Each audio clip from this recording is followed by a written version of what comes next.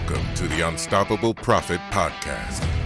Wherever you are today, if you're starting with nothing or are well on your way to the success you desire, with the right people, processes, and promotions in place, you will be unstoppable. And now, I'd like to introduce your host, Mike Stromsoe.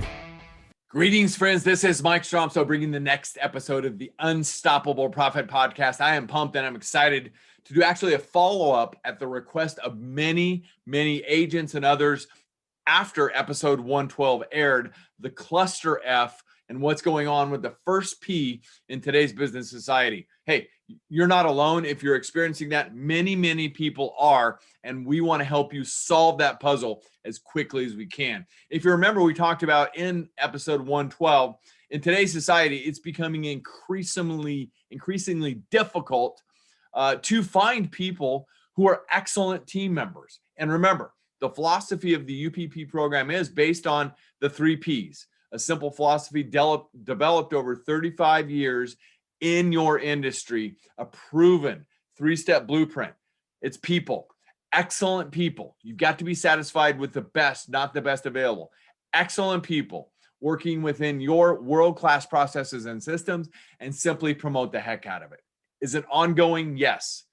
Do you have to constantly keep your finger on the pulse? Yes, you or somebody else on your team. So that's our goal for you as well. As you know, once you locate the people, and that's what we talked about a lot in episode 112, then you've got to take them to the next step.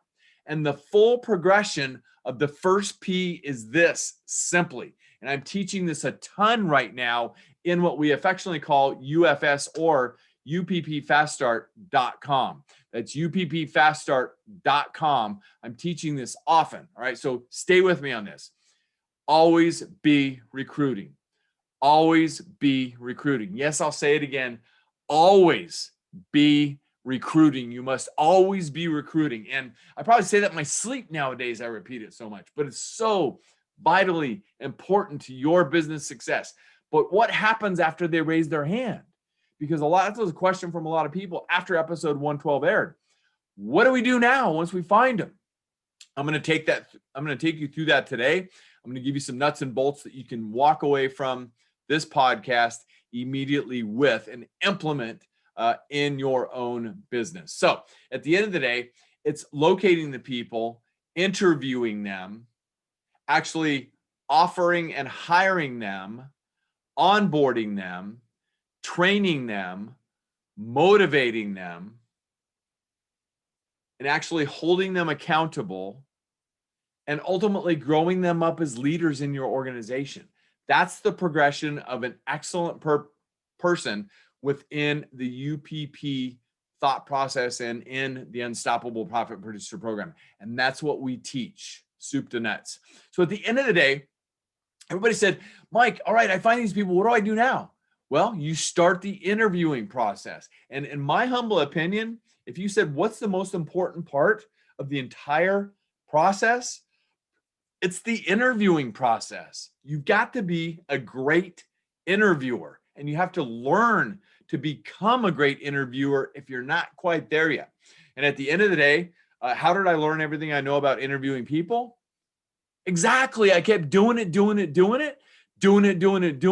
and doing it some more until at some point I figured it out and I thought, wow, I get it.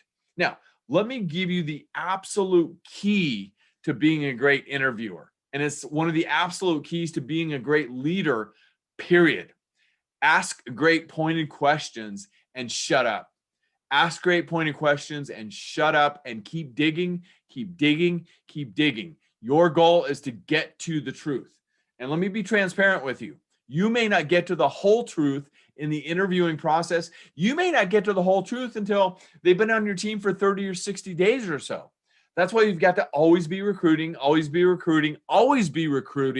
because if they don't make it, or you find out something after 30 or 60 days that's not good and you need to send them back to the marketplace, you have to have somebody else ready at that point. That's why you always want to be recruiting, vitally important. So let's get to it.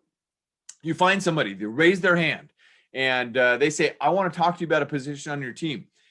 Fantastic. the very first thing that we do is the phone screen. It's the phone screen. Because at the end of the day, think about it like this.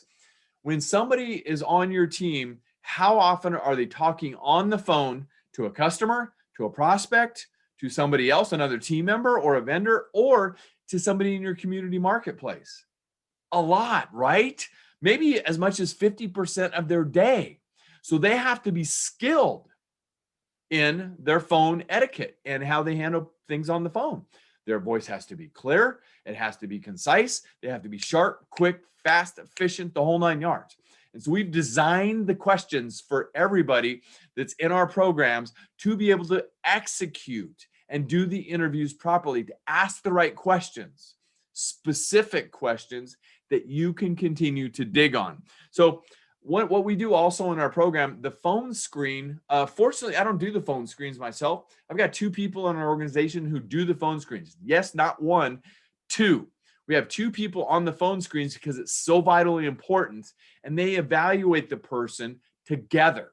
And they come up with a letter grade, which is at the end of the phone screen sheet. It says, rate the quality of the person interviewed on a scale of 1 to 10, with 10 being the best. And then they compare their answers and decide if we're going to invest time in the first interview. We'll get to that in just a minute. So I've got a description on these forms. It's about 20 minutes. Your objective, you're looking to eliminate all non-A players. That's part of the goal of the phone screen. Results and skills and unfitting attributes and culture contributors, if you will. You want to eliminate them quickly. You're looking to disqualify people who not for you, not for your culture, who are not excellent team players. Hit the gong fast on this baby.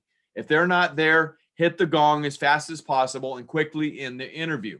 That's happened multiple times in the history of us doing this. I've quickly identified first 5 or 10 minutes, they say something stupid, derogatory, etc., etc., etc. Gong, they're gone. I find a way, something's up, blah, blah, blah. We'll get back to you, okay? Only 10 to 20% should actually pass this screening test. Yes, my friends, I'm sorry to say that 10 to 20% only pass this. Here's a tip for you. Remember, as your candidate's answers, gently probe further with responses like, wow, I'm curious about that. Tell me more. What do you mean by that? Can you give me an example of that? What happened? What did you do? How so? That's interesting. I'd like to learn more about that. By the way, the word learn is a key word. I say that a lot. I'd like to learn more about that. And you don't have to last the entire 20 minutes either. If you get to the end, great. But be diligent about asking your questions and don't stop digging. And so it's got about 7 questions on it. Let me take you through number 6. Since this is something that a lot of people ask questions about even after they've done it once or twice. So number 6, we ask the candidates to rate themselves on a scale of 1 to 10 in these areas. So if I'm interviewing Susie, I might say, hey, Susie, my next question is, I'm going to ask you to rate yourself on a scale of 1 to 10, with 10 being the best. Sound good? Great. Fantastic. I've got about 14 items. I'm just going to say what they are, and you rate yourself on a scale of 1 to 10, with 10 being the best. Now let's pause for just a minute. Yes, you need to say it to them twice to make sure they understand, because you're looking for their ability to boom, boom, boom, boom, boom, boom, get the right answer and get it fast, because ultimately at the end of the day, you want to gauge how responsive they are. I mean, think about the speed and pace of our agency industry nowadays and how fast people expect something. So at the end of the day, their expectation is speed, efficiency, and the right answer all of the time. So Susie, ready on number 1? Your best answer, rate yourself on the scale of 1 to 10, with 10 being the best. Ready? Ambition. 8, that's fantastic. Rate yourself on a scale of 1 to 10 in your confidence, with 10 being the best. 9, fantastic. Your ability to face rejection. Yes, rate yourself on a scale of 1 to 10, with 10 being the best. Pause. If they have to stop and ask again for directions after you've given it to them twice, red flag. Keep in mind, friends, you can only be satisfied with the best, not the best available. So let's say they've passed the phone screen. the next step in our evaluation or interviewing process is what we affectionately call simply the first interview. The first interview. Okay. So this is the description on this. It's a 20 to 30 minute interview or video conference. Face-to-face is always best. Face-to-face is always best. And if you can't get face-to-face, do a video conference.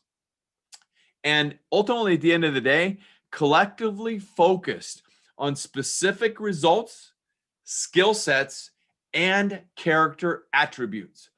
All of them vitally important.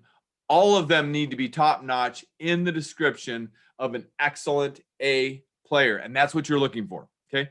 Your objective in the first interview, primarily you're looking to see if they will fit well with your team and your culture, while at the same time, you're further assessing who they are, their skills, their capabilities to deliver the results of that particular position, and their conduciveness to behavior methods of operation that the environment demands. All of this is important. Again, ask the question and shut up and keep digging. So, question number one, short questions, by the way. What is the number one reason that you want a position on our team? Now, let me be clear. The form isn't exactly that. I always freelance and make it conversational because ultimately at the end of the day, I learned years ago from somebody that I was coaching under in this particular realm. She told me something I'll never forget. She said, hey, you want to pretend like you're just having coffee. Great. I'm in. Okay. And then there's 11 questions on this. And question number 10 says, do you have written goals as an example? And if you do, what are your top three? So if they're brilliant sunshining you or BSing you, okay, that they have goals, they better know what they are. If they don't, they're not reading them often enough or they're BSing you, okay? We asked them to tell us about their favorite reading material. We want somebody who's growth-oriented, who's learning-oriented, et cetera, et cetera. Now, so let's say they pass the first interview. They pass the phone screen to people on one day. On a second different day, they pass the first interview. Great. What do you do then? In our world, our goal is to always deliver and administrate any assessments that we might be doing in the evaluation process. So with that being said, it's just another way to further evaluate the teammate, the possible teammate, prospective teammate, better said. Okay. So you got the phone screen, you got the first interview, then you have the assessments, and you're reviewing all of those. Right now, at that moment, you have a great picture of who that person is. And at the end of the day, that's what you want to know. Because at the end of the day, you can also, let's say you're in a hurry, okay?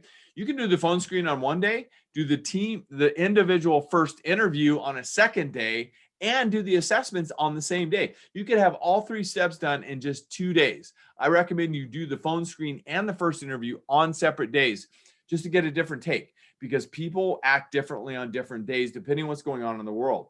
And frankly, no disrespect to anybody, this is a business decision. If you've been around UPP for any period of time, you know exactly what I'm going to say next.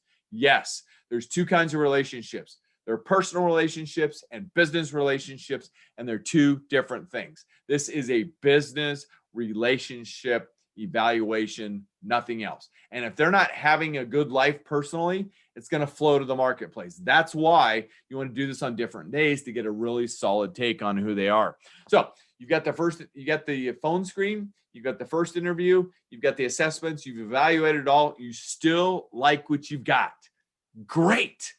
Take it to the next step, which is the team interview. Now, the team interview is something that should be done by multiple team members. We are extremely fortunate to have 4 excellent leadership people, and at every potential opportunity, we get all 4 of us on the team interview. Now, it's also my recommendation, and I say this with all the love in my heart for everybody out there in the world, it's good if you have somebody from each gender in that interview. Why? Because the gals can pick up things that I can't pick up, and sometimes I can pick up things that they can't pick up. It's a blend of personalities, blend of all sides, so you get the best take available for your candidate, okay? In the team interview, the description of it, it's 1 hour or more in person, best of all worlds, in person, face to face, or if you can't get it done, do a video conference. It's not the end of the world, but you're going to get a better take doing it in person. Okay. The objective of the team interview, this is with the highest level leader or leaders, if you will, in the organization possible, and any other key team members that you want to include. So if you're interviewing, for instance, for a commercial line CSR person, and you've got an excellent commercial line CSR that you want to bring them in. Because at the end of the day, it's vitally, vitally important. Because ultimately, at the end of the day, this is the final character and culture fit assessment. Skills, experience, proof of results should have already been verified. Aside from the reference checks, we'll get to that in just a couple of minutes, all right? Ultimately, at the end of the day, you're looking to sell them on the agency. And when I get into this, and the team interview is something that I'm always involved in. So I'm looking to make sure that I dig as deeply as I can. And part of my job is to sell them on the agency, our culture, and every other great thing that we've got going on in our agency business. You're looking to scare them a little bit, maybe. You want to see how thick a skin they are. Because, I mean, let's think about it. Do customers ever get disgruntled about something and then take it out on the people? Yeah, they do. So they got to have some thick skin going on. So you need to evaluate that in this process. Sell, scare them a little bit, and sell them again. And you want all of your team selling all of the time. Selling is the world's highest paid profession, including selling an excellent candidate on your organization. And you're also going to want to come up with some of your own questions for your organization that's unique, relevant, and the such for your particular organization, the position, the personality of your team, the culture. But listed on this form are a few must asks. Let me say one other thing. Back to the phone screen, back to the first interview, back to the team interview. Before you go into any of those sessions, make sure that you review the questions and get clear in your mind on how it should go. You want to envision how it should go before you even get into the process. That'll bring you to a better comfort level. It'll put you more at peace, and it'll cause a better interview, which is what you want. Okay. Remember, you're selling them. And if you're fumbling all over the place, and if you're not sure about what you're doing, if you lack ultimately confidence in front of the candidate, guess what? They don't want to work under a non-confident leader. They want to work under a confident, quiet, calm, effective leader. And that's what they want ultimately at the end of the day. Okay. So, I mean, the simple first question is, for all of the leadership people and team members we have here, remind us, how did you find us? Shut up. Okay. One of the things that I love to ask, what have you learned about us online? Okay.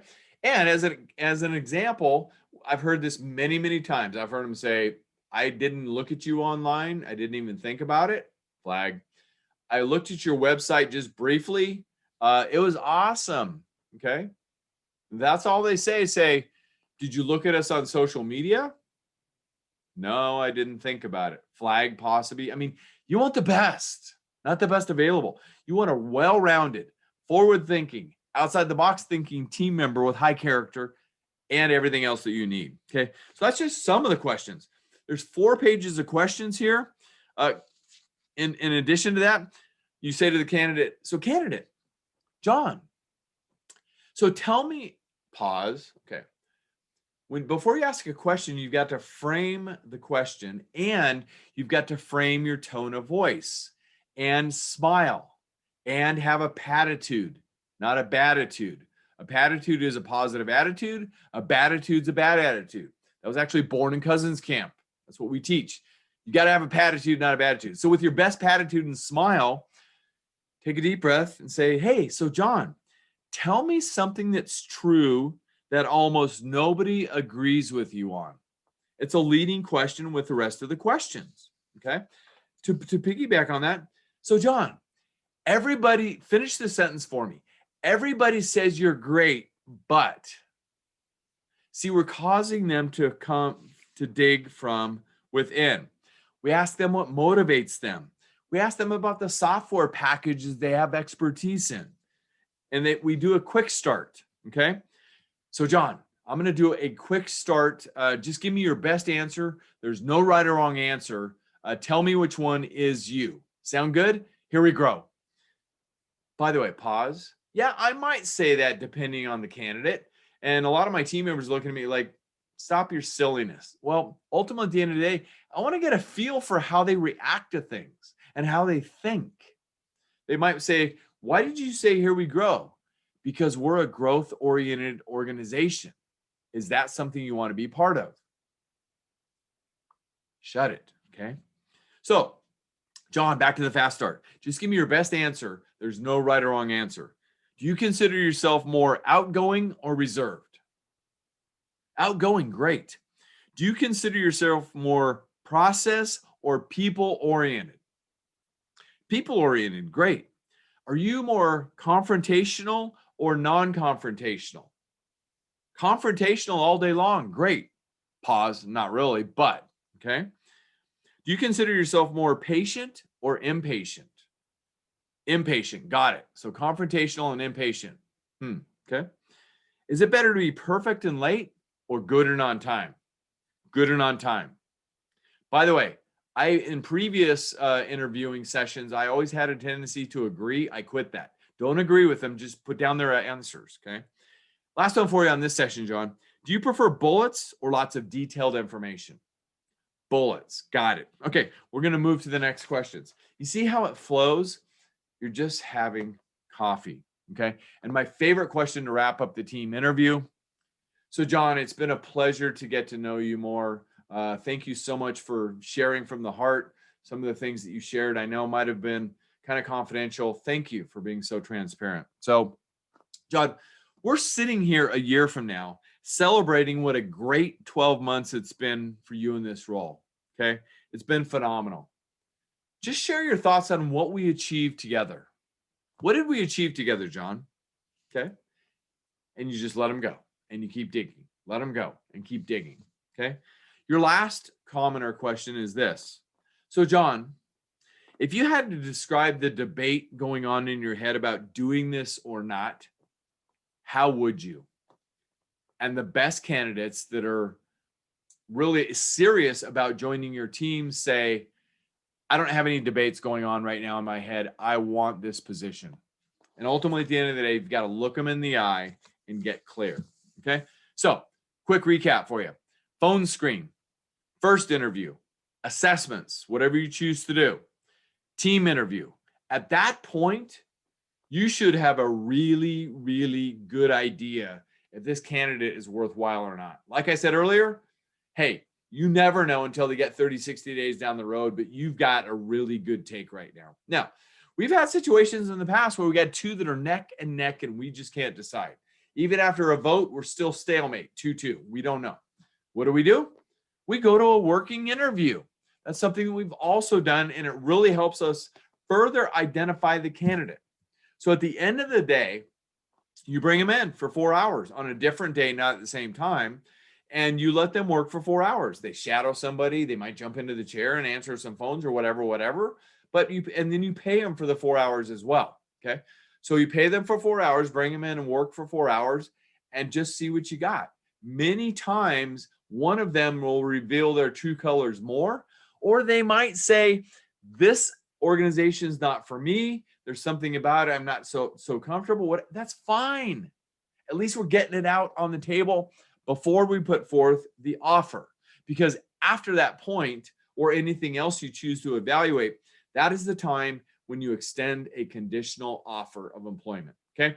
We have a conditional offer form. We have compensation offer forms. We also have an employment agreement. Those are the 3 documents that we give to them. They're required to sign all of them. That is the beginning of their commitment, because commitment is the thing you said you were going to do long after the mood you said it is past. If they show their commitment, they're committed, then we start the process. Once we get those back, we set their first starting day. And yes, if they need 2 weeks notice, totally fine with us. In fact, I respect that. So If they give 2 weeks notice, great. So then you go through the process. The next thing on the docket is reference checks and background checks. We have a reference process form with your ultimate question always being, is this person eligible for rehire? Now, at the end of the day, you're not always going to get an answer. In fact, you will contact some companies that say it's part of our process not to answer any questions. All right, so be it. At least you must try, okay? So the description of the reference process: call at least 3 previous supervisors, subordinates, and 3 peers and or customers that they provide, okay? And we asked for 3 personal references and 3 professional references for everybody that we put a conditional offer to, okay? And at the end of the day, you're looking to discover the decoys. You're looking to find those who interview well, but later lift the lid of their crazy can. And you don't want anybody with anything crazy inside the can. You want a proven, successful, committed, coachable, excellent team member. So that's our goal, my friends, and that's all we want for you. Is it easy? No. The great Les Brown, the motivational speaker, said, if you do what's easy, your life's going to be hard. But if you do what's hard, your life is going to be easy. I am super proud, super pumped for one of our platinum coaching members who I had a one-on-one call with yesterday, who told me that they had 7 candidates in the funnel right now. 7. And they were following our process to the T, which I strongly recommend, because anybody that's ever skipped a step, guess what? There was something in the can and they couldn't identify it because they skipped steps. We don't want you to lose. We want you to win. We don't want any lessons. We want a business full of wins at least 80% of the time. The lessons are going to come, yes, but we want 80% wins. So this platinum member, 7 candidates in the funnel. He's got other people doing the phone interviews and the first interviews, just like we coached him and taught him. And he's going to come to somebody who's going to be the final 1 or 2, and he'll have a great team member. In addition to that, let me add a couple of additional thoughts. In my years of doing it just like this, I have also found that the best people, not the best available, appreciate the depth of our interview process. Many of them have said, I've never been through anything like this. I really enjoyed it. I've really enjoyed getting to know you. I've really enjoyed getting to know your team.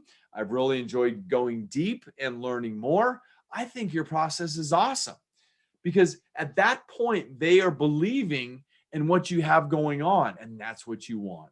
You want somebody who wants to be part of something special. See, it's not just a job, it's a career. And that's what we're looking to provide as part of our organization. Back to selling. Sell, scare, sell. At the end of the day, you're selling what you have going on. So great stuff, wonderful stuff. I hope this has helped you. Let me do one last recap.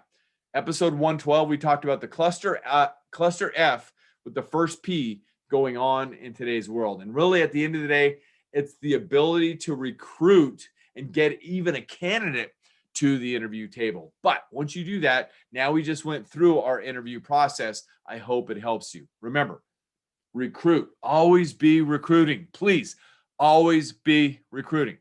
Recruit, interview, offer, actually hire, onboard, train, motivate, hold accountable, build up leaders within your organization.